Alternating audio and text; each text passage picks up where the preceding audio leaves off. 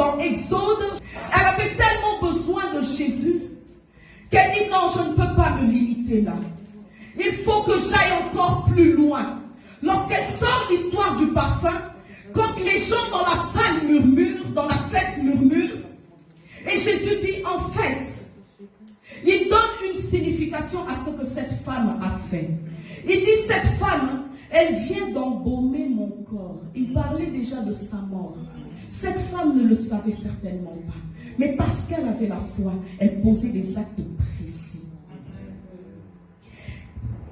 Je suis avec vous dans Exode chapitre 30. Moïse reçoit un modèle de Dieu pour construire le tabernacle. Suivez avec moi s'il vous plaît. Pour construire le tabernacle. Vous savez que le tabernacle est composé de 3 parties. Il y a le parvis. Ensuite, tu rentres dans la tente d'assignation. Il y a le lieu saint. Et le lieu saint est séparé d'un voile qui, de l'autre côté, est le lieu très saint. Mais les hommes ordinaires comme toi et moi, nous étions juste limités au lieu saint. Et une fois par an, la Bible dit, le souverain sacrificateur, lui, allait avec le sang d'un animal et vêtu de tout en blanc parce qu'il portait le pectoral au-dessus de leur robe. Il ôtait le pectoral là où il y avait les 12 pierres de chaque tribu d'Israël. Alors il enlevait cela et il rentrait juste avec une simple robe toute blanche et au bas il y avait des petites clochettes et des petites bombes. Et on attachait une ficelle à son pied du souverain sacrificateur avant d'entrer là-bas parce que sa vie était en péril quand il allait dans le lieu saint. Donc ce n'était pas dans le lieu très saint, ce n'était pas un endroit d'amusement, ce n'était pas un endroit où tout le monde pouvait aller. Et d'ailleurs, pour y aller là-bas, pour être souverain sacrificateur, dans la loi des Juifs, il fallait être de la lignée de la sacrificature. C'est-à-dire de la lignée de Lévite. N'importe qui ne pouvait pas être sacrificateur. Alors tout le monde s'arrêtait au lieu saint. Tu apportes ton offrande, tu es dans les parvis, tu te purifies. Et c'est ce que cette femme, cette première dimension, cette femme l'a expérimenté. Quand elle est arrivée, elle se met à genoux avec ses larmes et tout. C'était les parvis. Ensuite, elle dit, je ne m'arrête pas au parvis, parce que ce n'est pas la destination finale. Elle s'avance au lieu saint.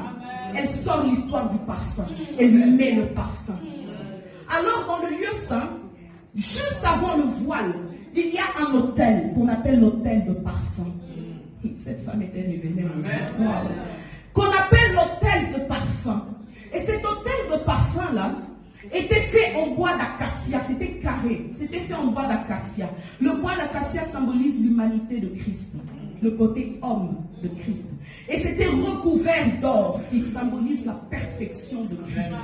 Et à cet endroit-là, on devait verser du parfum. Et le feu venait d'en haut et ça consumait le parfum comme pour agréer. Et c'était le Saint-Esprit.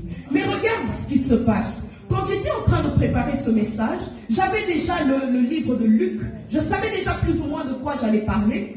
Et j'ai égaré quelque chose chez moi à la maison. J'ai commencé à le chercher. À un moment, je mets ma main dans le sac pour essayer de trouver ce que je cherchais. Mon flacon de parfum sort du sac et il se répand sur le carrelage de la cuisine. Et l'odeur du parfum monte. Et voici ce que le Seigneur me révèle par rapport à ça. Il me dit que Jésus n'est pas venu pour abolir la loi, c'est-à-dire détruire la loi. Mais il est venu pour l'accomplir, pour la rendre parfaite en lui-même. Alors ce qui se passe, c'est que Dieu me dit ceci, il me dit, le parfum autrefois était offert à l'autel. C'était uniquement là, à un endroit bien spécifique, que le parfum était offert.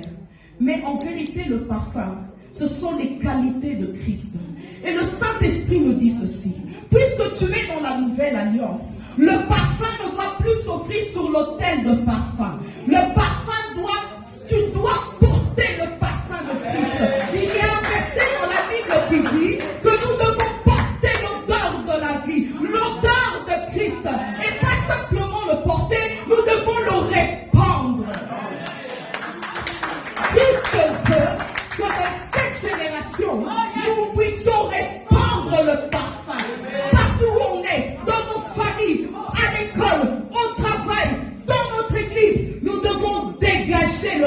parfum. J'ai dit, wow, merci Seigneur pour cette révélation. Amen. Alors, bien-aimé, qu'est-ce qui se passe? Cette femme, elle sort cette histoire de parfum. Et ça, je ne me suis pas empêché d'aller voir ça dans l'Ancien Testament. Et voir que cette femme était vraiment inspirée de Dieu. Et cette femme, Marie de Magdala, elle aurait pu bien s'arrêter là, parce que pour aller de l'autre côté, il fallait être souverain sacrificateur. Donc le voyage s'arrête au lieu saint. Tu offres ton parfum, c'est bon, c'est agréé, tu sors. Mais elle a dit non. Moi, je ne peux pas me limiter là. Parce que je sens en cet homme une autre dimension encore possible à expérimenter. Encore une autre chose que je n'ai pas encore touchée. Alors la Bible dit qu'elle s'attacha à Jésus. Depuis ce jour-là, dans la maison de Simon le lépreux, Marie n'a plus jamais quitté Jésus. Elle était comme les autres femmes qui marchaient avec Jésus, comme Marie, la mère de Jésus, et Suzanne, et les autres femmes qui accompagnaient le ministère de Jésus. Et Marie de Magdala figurait là. La preuve est que, quand Jésus fut arrêté, il a été pendu à la croix. Marie était là. Marie était désemparée. Parce qu'elle avait une relation particulière avec son Seigneur.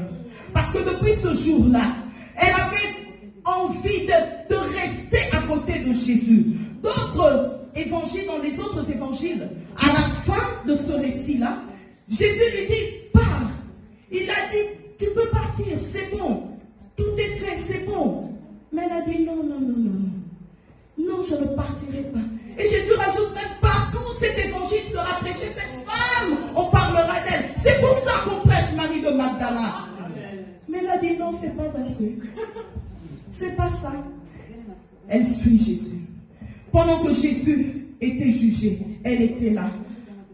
Pendant que Jésus était à la croix, Marie de Magdala était là. Et la Bible dit qu'elle a même suivi. Comme c'était à la veille du sabbat, Jésus était resté à la croix. Et il fallait qu'il meure pour qu'on dégage ce corps, pour que l'histoire de la croix soit terminée avant le sabbat, de peur que le sabbat arrive et qu'il ne sache plus travailler comme c'était dans la tradition. Alors Joseph d'Arimathée, qui était un homme riche, mais il était en secret un disciple de Jésus, avec un autre, sont partis chez Pilate pour réclamer le corps de Jésus. Et on leur a donné, parce qu'en fait c'était pour s'en débarrasser, parce que le sabbat arrivait. Joseph d'Arimathée était riche. C'est pour ça que tu vois dans Ésaïe chapitre 53, quand on parle que lui qui était pauvre, mais il a été enseveli parmi les riches. C'était dans la tombe de Joseph d'Arimathée, qui était riche. Il a pris ce corps et il a mis des bandages sur le corps de Jésus. Et il a été déposé dans son sépulcre à lui personnel, là où les riches sont enterrés. Alors Marie de Magdala, elle suivait. Comme c'était dans la tradition, 3 jours après, il fallait embaumer le corps de Jésus. Marie de Magdala et les autres disciples étaient complètement anéantis. Imagine-toi, Pierre déjà qui a renié Jésus, qui n'a pas eu le temps de faire les comptes avec Jésus. Dans quel état dans ce matin-là il pouvait être? Il était désolé, il était vraiment abattu. Alors ils étaient dans ce deuil. Marie de Magdala est sortie très tôt le matin. Avec les autres femmes, ils sont allés à l'endroit où elle avait vu, où on avait mis Jésus. Alors ils arrivent là. Je suis dans Jean, chapitre 20.